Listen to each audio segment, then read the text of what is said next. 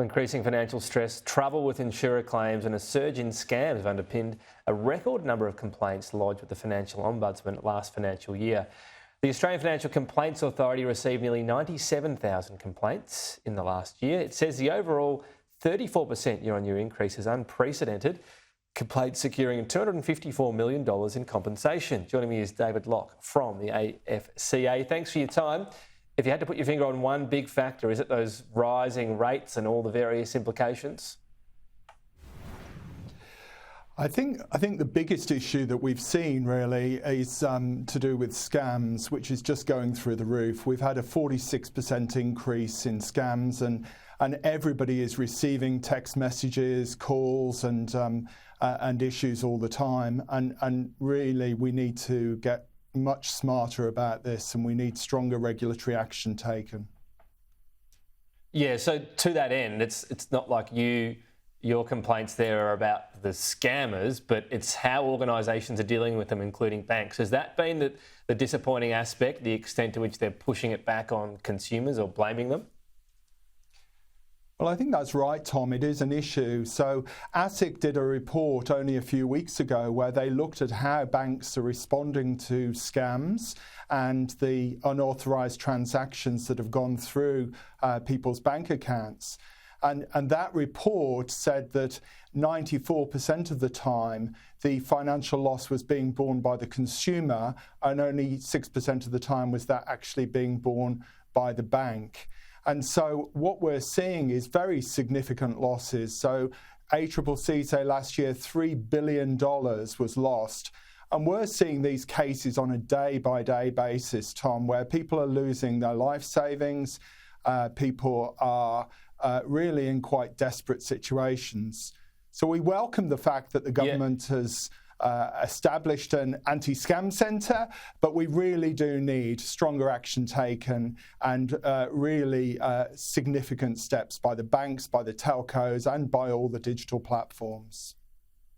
So this is what's interesting, because people might be watching and say, well, be smarter as a consumer, don't click on the link. But the UK's approach, for example, is that said the default, unless it's a really strange situation, is the bank is actually responsible for the scam because they've got all the algorithms, the intelligence. They can actually, stop these messages getting out or stop the scams happening if they've got better systems. Is that what you're hoping? Something similar in Australia where the onus is not always just pushed back as a default onto the consumer?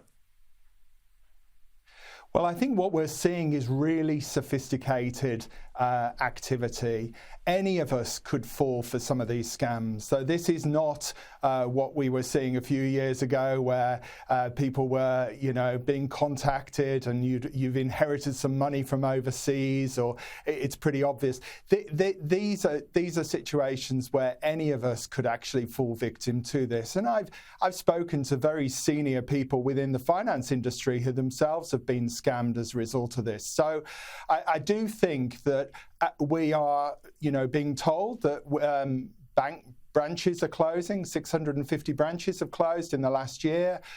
Consumers are moving to more online digital transactions. We understand that, but it needs to be a safe environment. And there are some things that can be done. And there's been a lot of positive announcements by banks, but the problem is that there isn't a consistent approach across the piece. So we still have a situation where you will go online, you will make a transaction, and in most circumstances, the bank are not checking the BSB number and account number against the name that you enter. And so we are seeing situations where scammers are going into people's emails and text messages, and they're changing the details. So we've seen situations where, for example, all the settlement monies on the purchase of a property have gone because actually the bank hasn't been checking the name against the BSB and account number. Now, this is mandatory in the UK and in some other jurisdictions as well. So there are simple things that can be done. We had an announcement the other day, which we really welcome, from NAB to say that they are going to stop sending out SMS messages with links in. But, we need all the banks to stop doing this. We need the ATO and other major players to stop doing that as well. Otherwise, we're all at risk. I think that's a good point. I keep getting these warnings through my job and talking to experts around don't click on links. And then we had something to pay early this week in the house, and it was a link. And I said to my wife, I don't think we're meant to click on this. And she called up and said, no, apparently it's real. So you're not sure what you're meant to do. The other thing that strikes me, you mentioned matching the name with the BSB and account number. That just seems, gobsmacking they're not doing that. The other instance is when people get the feeling that something might have been a scam, call up within a couple of hours, and the bank says, sorry, too late, that they really can't stop it at that point, even though it hasn't cleared at the other end, that there has to be a better way to be able to stop that at that point, even when people catch it within an hour or two? Tom, I have some sympathy because, what we've been saying as the public to banks for the last few years is we want to be able to make transactions easily, we want to make them immediately, we want the money to go straight away. And so the banks have responded to that with frictionless transactions.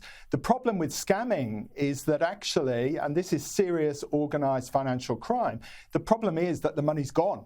And once it's gone, it's then very hard to trace. And very often what we're seeing is money is going into a bank account and then straight into crypto. And so we welcome, for example, the Commonwealth Bank has put some restrictions and delay in payments into crypto. But in Singapore, for example, there are restrictions across all the banks. And also there, the banks have developed what they call a kill button on the app. So if you make a call and then you think, oh, that didn't feel right, something a bit wrong there, you can press this button and very quickly it freezes all your accounts while the matter can be looked at. So we can see from other countries that there are things that can be done in Australia, and we really need to see stronger action taken. I was in India last October talking to senior banking officials, and I was shocked when they told me that for many of the Indian scamming operators that are working there, that actually Australia is a destination of choice. And it's a destination of choice because we're a wealthy country, because we're a trusting people, and because English is spoken. And also we have an older population with a significant superannuation. We want to be a destination of last resort, not a destination of choice. I think you've made some great points there, David. I'm sold. We'll keep chasing up the ministers on some of those reforms you mentioned. Thank you for your time today. Thank you. Good to talk, Tom.